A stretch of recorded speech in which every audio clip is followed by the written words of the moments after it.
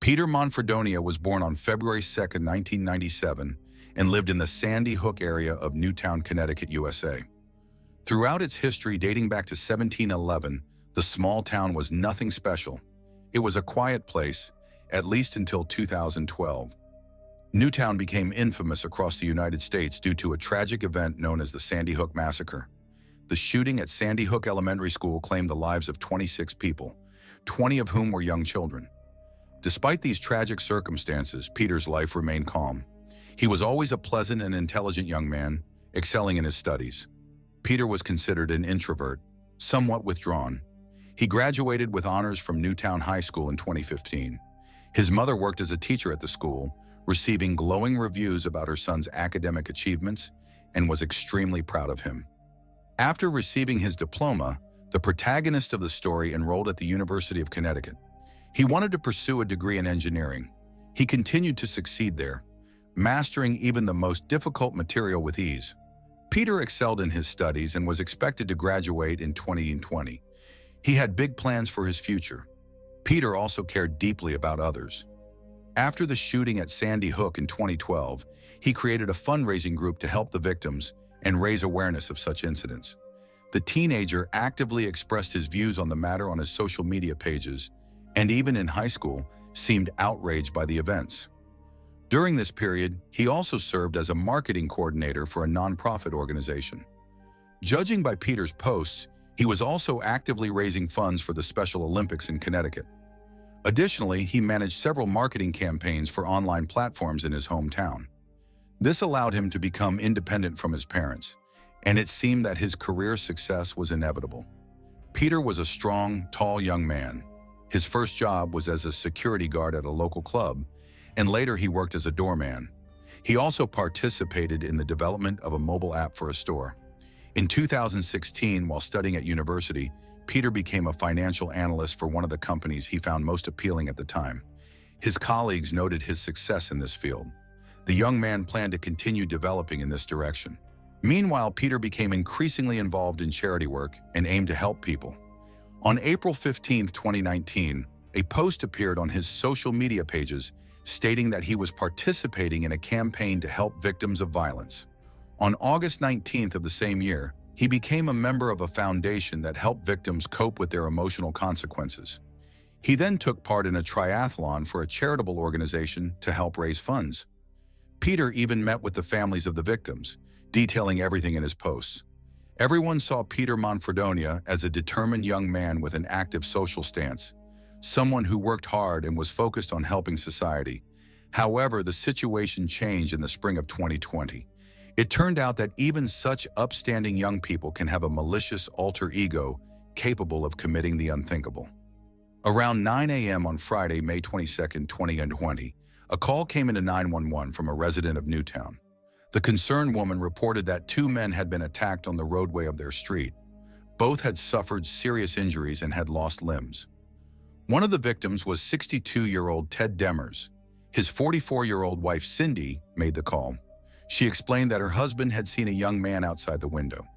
It was their neighbor who looked strange, simply standing in a tense pose, staring at one spot. Ted was a good family man, worked with wood, assembled furniture, and was always eager to interact with young people. He had a very friendly tone and manner of communication. To everyone, he was a kind-hearted man who wanted to help anyone in need. So he approached the young man to ask if he needed any assistance. The neighbor explained that he was waiting for a girl to help him reach a broken motorcycle. Ted offered to help and intended to walk him to the damaged vehicle. There was no reason to expect aggression, but in the next moment, the most frightening and traumatic event in Cindy's life occurred.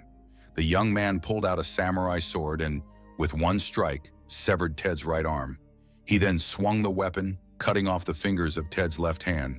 He struck Ted's back several times and then delivered a blow to his head, crushing his skull. This caught the attention of not only Cindy, but also another man, who happened to be a neighbor across the street. 80-year-old U.S. Navy veteran John Franco saw everything from his window.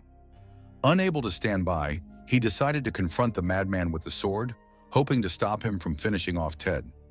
John ran outside, but in his haste, He didn't consider how dangerous it would be to attack a deranged person armed with a sword while he was unarmed.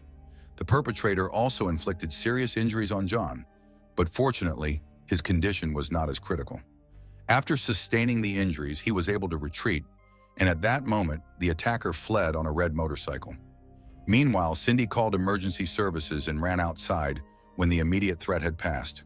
She tried to support her husband, helping him until the paramedics arrived. She did everything possible to stop the bleeding, but the injuries were too severe. Unfortunately, Ted lost consciousness, and his condition worsened before he could be transported to the hospital. Cindy was shaken by the events but decided to help the police with their investigation. She revealed that she knew the attacker, 23-year-old Peter Manfredonia. It was hard to believe that he could do something like this. According to Cindy, she had noticed odd behaviors in him even before the incident. The young man often wandered aimlessly around the neighborhood, which made her uneasy. She even considered limiting her contact with him because she felt uncomfortable in his presence. She also noted that he had shown a strong interest in collectible weapons. One of those weapons was used that fateful day. Cindy had noticed that these items were in his home and suspected that he might have been practicing with them. The injuries sustained by Ted and his neighbor suggested that the person who harmed them was skilled in handling such objects. This meant that the perpetrator had to be at least proficient with weapons on a basic level. Cindy's suspicions were confirmed. He was an extremely dangerous individual. The most troubling aspect was the complete lack of motive for the attack. The attacker simply mutilated the men and disappeared. Peter was now a wanted fugitive. Later, his bright red motorcycle was found abandoned. Naturally, the young man was not at his home, so a manhunt was initiated. Around 7 a.m. on May 23, 2020, the police received a report about a suspiciously abandoned white pickup truck located just a few miles outside of town. When officers arrived to inspect the vehicle, it became clear that someone had tried to drive into Osborndale Park. However, the truck had become stuck on a large rock in the damp grass. A heavy rain had fallen just before the incident, washing out the trail, so the vehicle couldn't make it through. The truck's license plate was checked. It belonged to 74-year-old Donald Hipsky, a resident of the town. Law enforcement officers immediately went to his house, knowing something might have happened to him. No one responded when they knocked on the door. Worried neighbors reported that they hadn't seen anything suspicious. It was decided to break down the door. As they navigated the dark hallways, they braced for a possible attack, but everything appeared to be in order. There was no sign of a struggle, and the place was tidy. However, some cabinets were open, clearly having been searched. The homeowner was found in the basement. Donald was tied to a chair, but unharmed. He stated that on the evening of Friday, May 22nd, the day of the attack on Ted and John, he was sitting in the living room in a chair, watching a news report about a murder and an attempted murder with a sword. The police were searching for the criminal who had appeared in the city, warning of the heightened risk and advising not to leave the house unless absolutely necessary. The man had dozed off in the chair. At 5:15 a.m., he was awakened by a strange sensation when an unfamiliar person pressed something cold against the back of his head. The man didn't panic or run, which likely saved his life. The attacker threatened to kill him, forbidding him to even turn his head to look at him. However, through peripheral vision and reflections in the TV, the victim was able to get a glimpse of the criminal, after which he taped his eyes shut.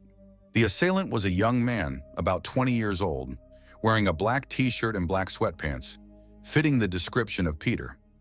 Donald noticed that the attacker was barefoot, likely having discarded a pair of shoes that were soaked in the blood of innocent victims. He also observed the strange, cruel, and cold look in the attacker's eyes. It seemed to him that the young man had been using something and wasn't in his right mind. The criminal walked around the rooms, clearly searching for something, rummaging through the closets. After a while, he took the man to the basement at gunpoint, tied him to a chair, and immobilized him with tape. The stranger then admitted that his name was Rick. Donald remained captive for nearly 24 hours but stayed calm throughout, even attempting to communicate with the criminal. For a long time, he didn't realize who was in front of him. He offered the murderer money, told him where his savings were in the house, hoping it would help him stay alive. In the basement, there was also a television. The criminal closely followed the news reports. At some point, a photograph of Peter Manfredonia appeared on the screen. The captive man realized with horror that the bloodthirsty criminal was in his house. It was reported that one of the men attacked had died from his injuries. The uncertainty was terrifying. At some point, the prisoner simply accepted his fate and decided not to provoke the criminal. The man never understood why Peter wanted to be called by a different name. The young man didn't go into details, just said it was necessary. Apparently, he was out of his mind and saw this as a way to cover his tracks.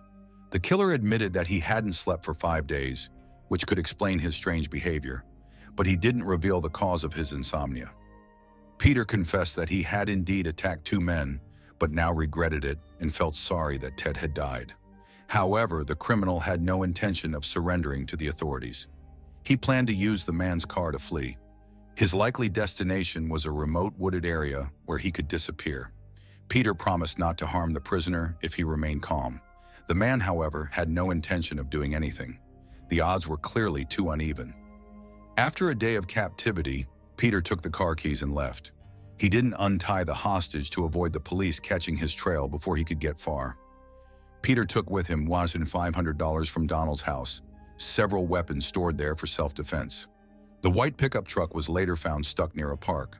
The villain probably wanted to carry out his plan, but when the vehicle got stuck, he realized his failure. It was clear that the police would quickly trace him through the truck. He urgently needed new transport, so the armed thug went hunting again. The elderly man was relieved that the police found him so quickly because Donald couldn't have gotten out on his own.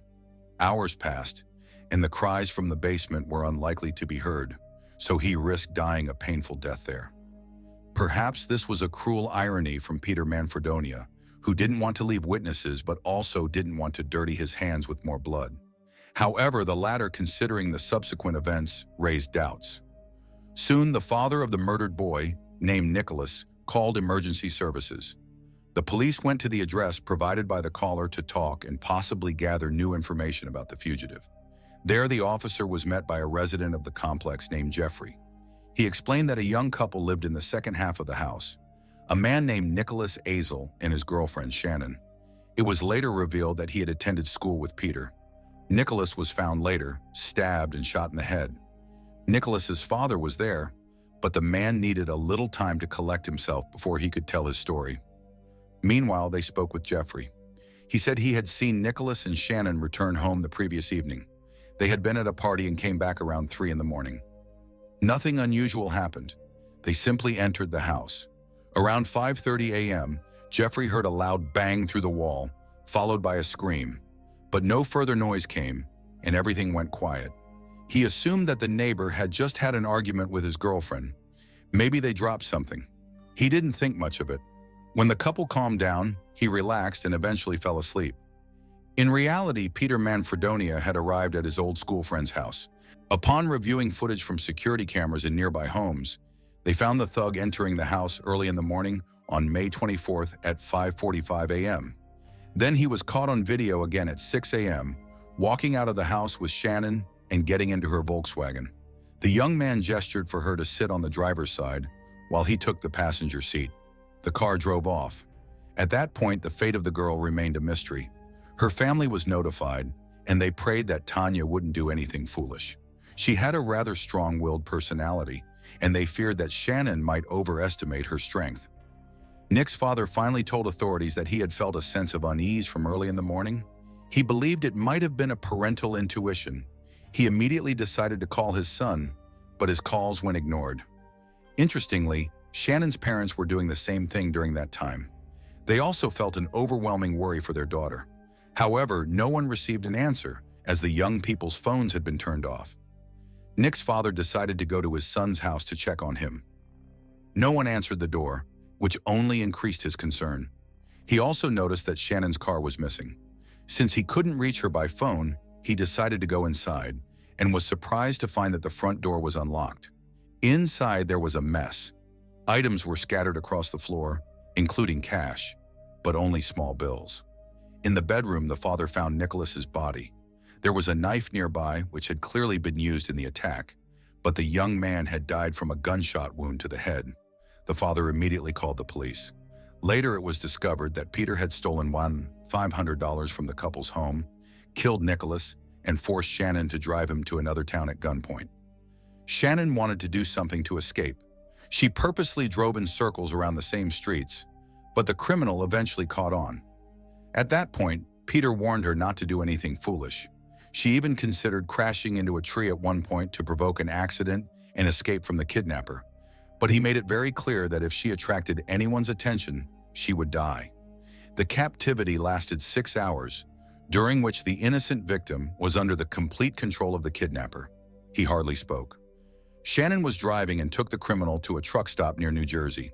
They stopped to refuel because the tank was almost empty. Finally, the attacker decided to abandon his captive and switch vehicles. He ordered a taxi through Uber and left. Fortunately, Shannon was unharmed physically. However, she was emotionally shattered. The girl required an extended recovery with the help of psychologists. After being freed around noon on Sunday, May 24, 2020, she called 911. She reported that a car had been stolen and at least one person had died. Later, the car was found with its owner, who had been taken on a difficult journey with the kidnapper. Fortunately, she survived. Unfortunately, the carjacker didn't know where to continue searching for Peter. On the same day, the fugitive was spotted in East Stroudsburg, Pennsylvania. An Uber driver spoke with the police. The man claimed he had dropped off the suspect near Walmart, but the client didn't go into the store. Instead, he headed straight for the nearby railroad tracks. The driver didn't immediately recognize the murderer, but once he realized who was in his car, he tried to remain calm and not give himself away. This worked, and no one was hurt. The police, however, got a valuable lead. Finally, the distance between them was closing. The search moved to a small mountain town, Pecona, Pennsylvania, a popular spot for tourists. It was also a place with plenty of space to hide from the authorities and prying eyes. For several days, the criminal didn't show himself. Then he was traced to a hardware store. He reappeared near the Maryland border. This was recorded about 180 kilometers east of where Peter had last been spotted. There, he stole another car. The police were on his trail, but he still managed to escape. By May 27, 2020, Peter was still on the run, but he was tracked down in Hagerstown, Maryland. The murderer was hiding in an abandoned house in a desolate area. The arrest was tense, as the suspect was considered armed and dangerous. Fortunately, Peter Manfredonia surrendered without resistance. Later, a weapon was found among his personal belongings. It was confirmed that the gun was used to shoot his school acquaintance, Nicholas. When Shannon arrived at the police station, she was unharmed but still very frightened. She recounted in detail the events of that terrifying night when she was held captive by the kidnapper. According to her, she and Nicholas had gone to sleep, unaware of the treacherous blow that was about to strike. She knew Peter well, having seen him multiple times because she had been dating Nicholas for about a year. Her boyfriend frequently communicated with and kept in touch with his classmate, Peter. Peter had always seemed like an ordinary guy, though a bit withdrawn. While she was sleeping, Nicholas heard a noise and got up to check. Shannon almost immediately heard sounds of struggle, followed by a dull thud. Terrified, she left the bedroom and saw Peter attacking her boyfriend. She was too scared to intervene and wanted to call the police immediately. For safety, she grabbed her phone and ran to the kitchen. But at that moment, she heard a gunshot. In horror, Shannon began screaming as loudly as she could, hoping that someone from the neighbors would hear and help. But it was all in vain. Everyone was asleep too soundly. Meanwhile, events were unfolding too quickly. Peter Manfredonia entered the kitchen and ordered her to be quiet, threatening to kill her if she didn't. The girl didn't manage to make the call. He told her that Nicholas couldn't be helped anymore because he had shot him in the head. The guy wasn't planning to stay there. He immediately took Shannon and demanded that she drive him in her car. According to her, the kidnapper was looking for some place in the mountains, away from people, to hide from the police. During the trip, they stopped at a motel. There, Peter was able to shower and change clothes, apparently preparing his clothes in advance. Searches were conducted at the apartment where Peter Manfredonia lived, and many disturbing things were found. All the walls were covered in chilling messages that revealed the boy's intense struggle with mental disorders. He wrote that he was sad and upset but feared getting into trouble. These were brief notes typical of similar cases. There were also writings in which he often referred to the 2012 shooting at his hometown's elementary school. Likely, those events had a profound impact on him. The boy believed that Adam Lanza, responsible for the Sandy Hook shooting, had just snapped. Despite his statements on social media and his support for violence victims, Peter, in reality, supported the criminal who killed 26 innocent people. In recent years, Peter Manfredonia had been actively interested in criminology and followed serious crimes happening in the U.S. For example, in his writings, he repeatedly referred to John Thanos, who killed 3 teenagers in 1992. He became the first person sentenced to death in Maryland. It seemed that Peter admired these bloodthirsty monsters. Then came the preparation for the trial. Naturally, Peter was held in custody without bail during this period. Authorities had a massive amount of information to analyze. However, there was no doubt about the guilt of the budding serial killer. The scale of his crimes resembled that of Ted Bundy, who attacked his victims while on the run. The lawyer explained that Peter's real plan was to end his life with a sword in front of his ex-girlfriend, whom he was expecting that fateful day. But something went wrong. A neighbor approached him and thwarted his plans. The defense attorney clarified that Peter had previously been diagnosed with bipolar disorder and anxiety. At the moment the neighbor addressed him, Peter had a psychotic episode, and he was not aware of his actions afterward. Peter gave emotional testimony in court, apologized for his crimes, and expressed regret for what had happened. But his apologies were not accepted by the victims or their families. Although the death penalty is no longer applied in Connecticut, Ted's widow Cindy and the injured John Franco stated in court that Peter deserved the death penalty. On April 19, 2023, Peter Manfredonia pleaded guilty to all charges as part of a deal. In connection with this, he agreed not to appeal and not to request parole. He was sentenced to 55 years in prison for the murder of Nicholas. He received 25 years for breaking and entering and kidnapping Shannon. Peter was then sentenced to another 55 years for the brutal murder of Ted with a sword. Everyone experienced these tragedies with great anxiety and pain. Many have still not recovered from the Sandy Hook shooting. For example, Nicholas's sister was in class that day and miraculously was unharmed. She herself believed she had miraculously survived the tragedy, but now another crazed individual had taken her brother from her. Interestingly, Peter's breakdown wasn't the only misfortune for the Manfredonia family. A few months after his son's arrest, his father, Robert Manfredonia, pleaded guilty. This incident occurred a month before Peter started killing on April 10, 2020. At that time, the man was building a relationship, and his girlfriend had a daughter. On that fateful evening, the mother left the house and the teenager stayed behind. Her friends came over to visit. From the very start, Robert inserted himself into the group, spending the evening with them. He watched TV and chatted, claiming that, given the lockdown, this gathering was like a breath of fresh air for him.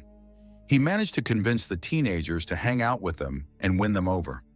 At first, it all seemed like a typical party with TV watching. Around midnight, the friends left, and Robert was left alone with his girlfriend's underage daughter. They simply sat on the first floor watching TV. Suddenly, the man began making inappropriate compliments. The girl, scared and realizing that the situation was getting out of control, said she wanted to go spend the night at her friend's house. Robert suggested his bedroom as an alternative. He insisted that he had not used physical force, but the victim of the harassment was afraid that he would try again, and she wouldn't be able to push him away. The girl left the house. She took the incident very seriously and complained to her mother, who then contacted the police. Ultimately, Robert Manfredonia pleaded guilty. He made a deal with the prosecution and was sentenced to 15 months in prison, followed by 5 years of probation. After his release, the man moved to start a new life. His future whereabouts remain unknown. Peter Manfredonia is still behind bars. He has never given a coherent explanation for his crimes. Many believe that the root cause of it all was indeed the exacerbation of mental health issues that had previously been identified in him, though he never received treatment. If you enjoyed this video, make sure to subscribe to the channel, give it a like, and let's discuss this story in the comments. Thank you all, and goodbye.